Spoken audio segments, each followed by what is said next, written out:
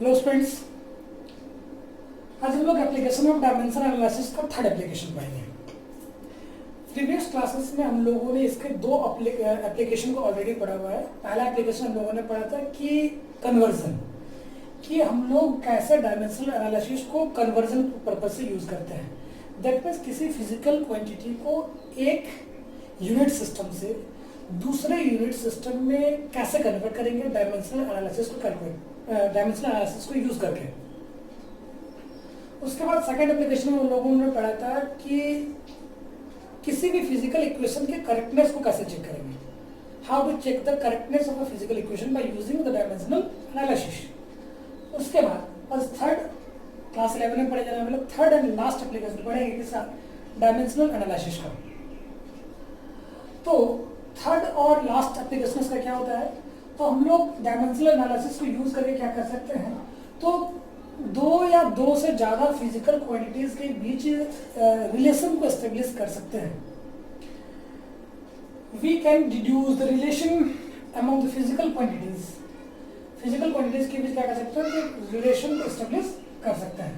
तो कैसे रिलेशन को एस्टेब्लिश करेंगे, तो इसके लिए चाहिए होगा क्या, तो हम लोग होमोजेनिटी को यूज करेंगे। होमोजेनिटी को लास्ट टाइम लोगों ने पढ़ा, तो होमोजेनिटी क्या होता है, तो किसी भी फिजिकल इक्वेशन में जितने भी टर्म्स इन्वॉल्व होते हैं उनका डायमेंशन में एकरूपता होती है, यूनिफॉर्मिटी होती है। उसी को हम लोग क्या बोलते हैं, होमोजेनिटी, प्रिंसिपल ऑफ होमोजेनिटी। और लेकिन हाँ, ये तभी पॉसिबल होगा, डायमेंशनल एनालिसिस को यूज करके हम लोग फिजिकल क्वांटिटीज के बीच रिलेशन को एस्टेब्लिश तभी कर सकते हैं, ठीक है, जब हम लोगों को क्या पता होना चाहिए, तो वो फिजिकल क्वांटिटी जिसका एक्सप्रेशन हम लोग निकाल रहे होते हैं वो किन किन दूसरे फिजिकल क्वांटिटीज पे डिपेंड करता है, इस चीज का पता होना चाहिए। The factors on which that physical quantity depends upon. तभी क्या कर सकते हैं हम लोग, इस डायमेंशनल एनालिसिस को यूज करके उस फिजिकल क्वांटिटी के एक्सप्रेशन को डेराइव कर सकते हैं। इसको हम लोग एज एग्जांपल करेंगे, एक एग्जांपल लेके क्लियर करेंगे तो बेहतर क्लियर हो पाएगा। अभी तो ये आप लोग देखेंगे कि इसका जो सबसे बेस्ट एप्लीकेशन है, इस आज जो पढ़ेंगे इसको हम लोग विस्कोसिटी को पढ़ेंगे, पॉजिटिव फार्मूला वगैरह, तो वैसे में इसको काफी क्रिटिकल वेलोसिटी वगैरह, ठीक है, तो वैसे केस में इसको धड़ल्ले काफी ज्यादा यूज करेंगे हम लोग इसी मेथड को किसी फिजिकल क्वांटिटी के एक्सप्रेशन को निकालने में, ठीक है। तो अभी सबसे पहले हम लोग एक एग्जांपल को डिस्कस करते हैं। हम लोग derive an expression for centripetal force acting on a body of mass m moving with velocity v in a circular path of radius r। सबसे पहले हम लोग जानेंगे कि भाई ये सेंट्रीपिटल फोर्स होता क्या है, व्हाट इज सेंट्रीपिटल फोर्स, पर ये जानेंगे। क्लास 9 में ही हम पार्टली इसको पढ़े हुए हम लोग कि whenever an object is moving in a circular path, जब भी कोई ऑब्जेक्ट सर्कुलर पाथ में मूव कर रहा होता है तो उस सर्कुलर पाथ का सेंटर के टुवर्ड्स एक फोर्स लगता है, ठीक है, टुवर्ड्स द सेंटर एक फोर्स लगता है, उसी फोर्स को हम लोग बोलते हैं centripetal force. The force acting towards the centre of the circular path is called centripetal force. इस फोर्स को हम लोग फील कर सकते हैं जब हम लोग किसी रस्सी में किसी स्टोन को बांध के घुमाएंगे तो हम लोग इस फोर्स को फील कर सकते हैं। Clear, what is centripetal force, the force acting towards the centre of the circular path जिसमें कोई ऑब्जेक्ट मूव कर रहा होता है। तो इस सेंट्रीपिटल फोर्स का एक्सप्रेशन को फाइंड करना है। क्या क्या दिया हुआ है कि जो ऑब्जेक्ट मूव कर रहा है, इस ऑब्जेक्ट का जो मास सर्कुलर पाथ में जो मूव कर रहा है, इस ऑब्जेक्ट का मास m है, m मास का कोई ऑब्जेक्ट मूव कर रहा है और सर्कुलर पाथ में मूव कर रहा है जिसका वेलोसिटी क्या है, v है। तो वेलोसिटी v है, उसका मैग्नीट्यूड बट डायरेक्शन क्या होगा, अलोंग द टेंजेंट। ये दिखा रहे हैं हम लोग क्या कि इसका वेलोसिटी क्या है, तो v है। और ये जिस सर्कुलर पाथ में मूव कर रहा है, जिस सर्कुलर पाथ में मूव कर रहा है उसका रेडियस क्या है, तो r है। हम लोगों को क्या फाइंड करना है, तो towards the centre towards the centre जो सेंट्रीपिटल फोर्स लग रहा है, इस फोर्स एफ का एक्सप्रेशन को निकालना है।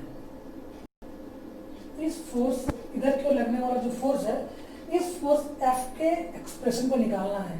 एक्चुअली इसका जो एक्सप्रेशन होता है क्या होता है, F is equal to M V square by R, ये सेंट्रीपिटल फोर्स का एक्सप्रेशन होता है। अभी हम लोगों को यही एक्सप्रेशन को डिड्यूस करना है, कैसे, तो डायमेंशनल एनालिसिस को यूज करके देखेंगे कैसे। तुम लोगों ने पहले ही बताया था कि इसके लिए क्या हम लोग यूज करेंगे, तो प्रिंसिपल होमोजेनिटी के को यूज करेंगे। साथ ही साथ हम लोग रिक्वायरमेंट क्या था, तो कुछ चीजें पता होनी चाहिए। क्या पता होनी चाहिए कि भाई किसका एक्सप्रेशन निकाल रहे हैं, तो फोर्स का एक्सप्रेशन निकाल रहे हैं। तो फोर्स किन किन फैक्टर्स पे डिपेंड करेगा, उन क्वांटिटीज का पता होना चाहिए, वो किन किन फैक्टर्स पे डिपेंड करेगा।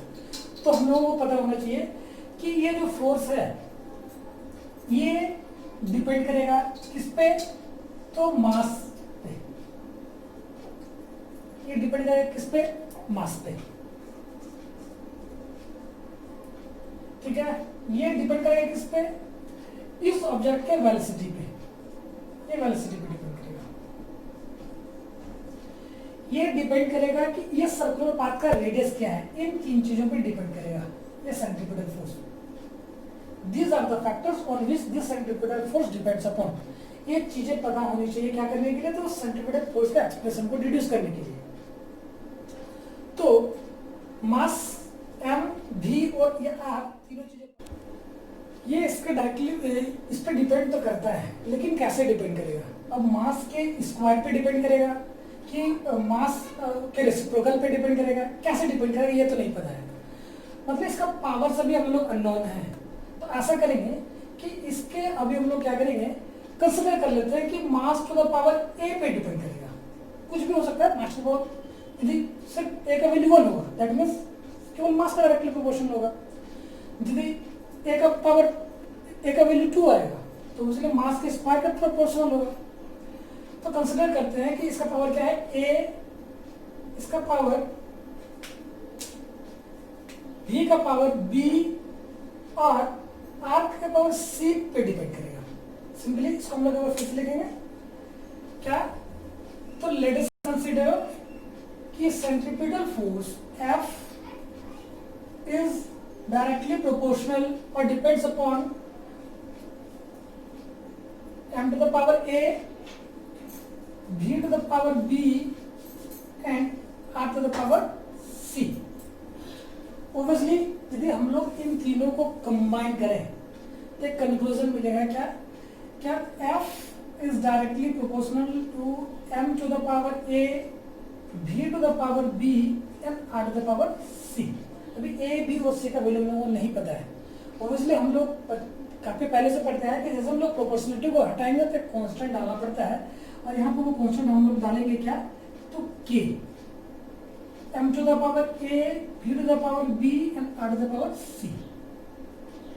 लेकिन पता होना चाहिए ये क्या है, कि कांस्टेंट जरूर है, लेकिन कैसा कांस्टेंट है, तो ये एक डायमेंशनलेस कांस्टेंट है। ये ऐसा कांस्टेंट है जिसका कोई डायमेंशन नहीं है, ये डायमेंशनलेस कांस्टेंट है। K is a dimensionless constant. इसका यूज होगा कि हम लोग डायमेंशनलेस कांस्टेंट क्यों लेते हैं, इसका भी आगे पता चलेगा क्यों। तो अभी इसके बाद हम लोग क्या करेंगे, इस इक्वेशन में जितने भी टर्म्स यूज हुए हैं इन सारे के डायमेंशंस को पुट करेंगे, सारे के डायमेंशंस को पुट करेंगे इस इक्वेशन में, F का, M का, V का और R का, देखेंगे क्या मिलता है। F का डायमेंशन फिर इसको इक्वल करने की कोशिश करेंगे। F का डायमेंशन क्या होता है, तो m l t to the power -2, ये इसका डायमेंशन होता है। Obviously K हम लोगों ने बताया कि ये क्या है, तो डायमेंशनलेस क्वांटिटी है, डायमेंशनलेस कांस्टेंट है, इसका कोई डायमेंशन नहीं होगा, इसलिए इसका डायमेंशन को क्या लिखेंगे, सिर्फ 1 से डिनोट किया। m का डायमेंशन, मास का डायमेंशन क्या होगा, तो m to the power a, velocity इसका डायमेंशन क्या होगा, तो L T the power -1 to the power b, और इस आर का डायमेंशन क्या होगा, क्योंकि आर क्या है, डिस्टेंस है, और डिस्टेंस का डायमेंशन क्या होगा, L to the power C. चलो अब इसको थोड़ा सा रिजॉल्व करेंगे, क्या मिलेगा, M L T to the power -2,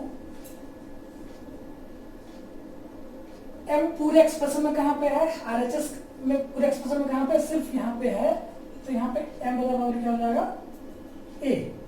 लेकिन एल दो जगह में है, इसमें भी है इसमें भी है, ओब्वियसली इन दोनों का पावर क्या हो जाएगा, ऐड हो जाएगा। और यहाँ पे एल का पावर क्या है, बी है, यहाँ पे एल का पावर क्या है, सी है, इसलिए हम लोग क्या करेंगे, L to the power B plus C, ठीक है। जबकि टी का जो पावर है -1 इंटू बी माइनस बी। अभी हम लोग पावर को क्या करेंगे, तो कंपेयर करेंगे। यहाँ पे m का पावर क्या है, 1 है, लेकिन यहाँ पे m का पावर क्या है, a। तो हम कंपेयर करने में हम लोगों को मिलेगा, a का वैल्यू मिलेगा क्या, 1, b प्लस सी का वैल्यू क्या मिलेगा, l का पावर क्या है, 1, यहाँ पे l का पावर क्या है, b प्लस सी, इसका भी पावर क्या मिलेगा, 1। और यहाँ पे मिल रहा है t के पावर को कंपेयर करने पे क्या मिलेगा, तो -b इक्वल टू -2। वैसे दोनों माइनस को हम लोग अवॉइड कर सकते हैं, तो क्या मिल गया, b का वैल्यू 2। अभी b के इस वैल्यू को यहाँ पे पुट करने पे, b के इस वैल्यू को यहाँ पे पुट करने पे c का वैल्यू ऑलरेडी मिल जाएगा, और क्या मिलेगा, -1। इसका हम लोगों को a फिर b का वैल्यू 2 और c का वैल्यू -1 मिल गया। अब इन वैल्यूज a, b और c के इन वैल्यूज को हम लोग इस एक्सप्रेशन में पुट करेंगे, इस इक्वेशन में पुट करेंगे, देखेंगे क्या मिलेगा।